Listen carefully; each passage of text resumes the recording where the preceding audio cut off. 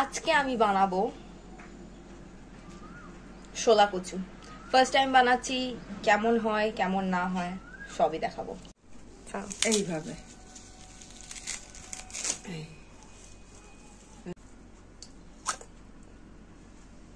জল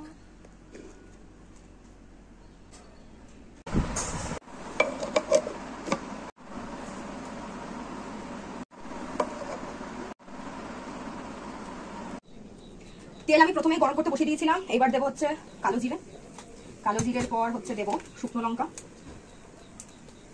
শুকনো লঙ্কাগুলো একটু ভেঙে ভেঙে দেবো। এখানে আমি 3টে শুকনো লঙ্কা দিয়েছি, তোমরা তোমাদের স্বাদ মতন দেবে।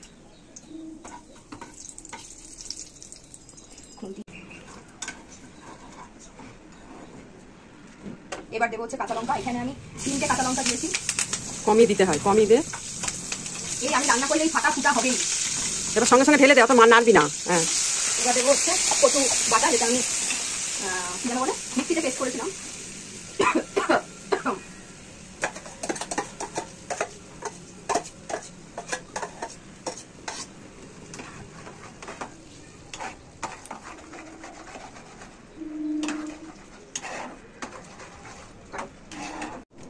এবার এখানে আমি দেবো নুন আর দেবো হচ্ছে হলুদ।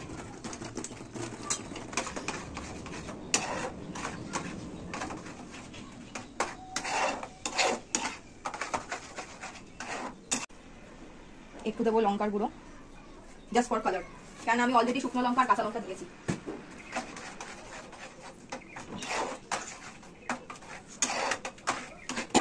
এবার দেবো হচ্ছে নারকেল কুচি।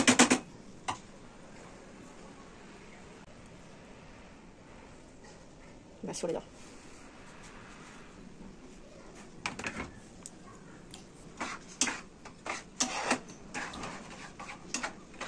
এবার এটা আস্তে আস্তে শুকাতে দেবো ভালো করে নাড়িয়ে। অনেকটাই সিদ্ধ হয়েছে, 10-15 মিনিট ঢাকা দিয়ে আমি সিদ্ধ করে নিয়েছি। এবার এই পজিশনে আমি চিনি দেবো স্বাদ মতন। আমি তো 1 চামচ চিনি দিয়েছি, তোমরা যেমন মিষ্টি খাও সেরকম দেবে। আর দেবো হচ্ছে সর্ষে গুঁড়ো সানরাইজের, কারণ আমরা পুড়ে সর্ষে বাটতে আমি পারবো না, তাই জন্য গুঁড়ো। অনেকে এটা জলে গুলে বাটিতে ভিজিয়ে রাখে, বাট আমি ডাইরেক্ট দিয়ে দিলাম। দিয়ে এবার এটাকে আরো কষাতে দেবো, যতক্ষণ এটা তেল ছেড়ে না আসবে ততক্ষণ হবে। এটা এরকম থাকবে না, এটা শুকনো হয়ে যাবে। এখানে আমার 95% হয়ে গেছে রান্না। এবার লাস্ট 5% আমি এখানে সর্ষের তেল দেবো, 2 চামচ দেবো, যাতে একটা ফ্লেভার, একটা গন্ধ, একটা স্মেল আসে।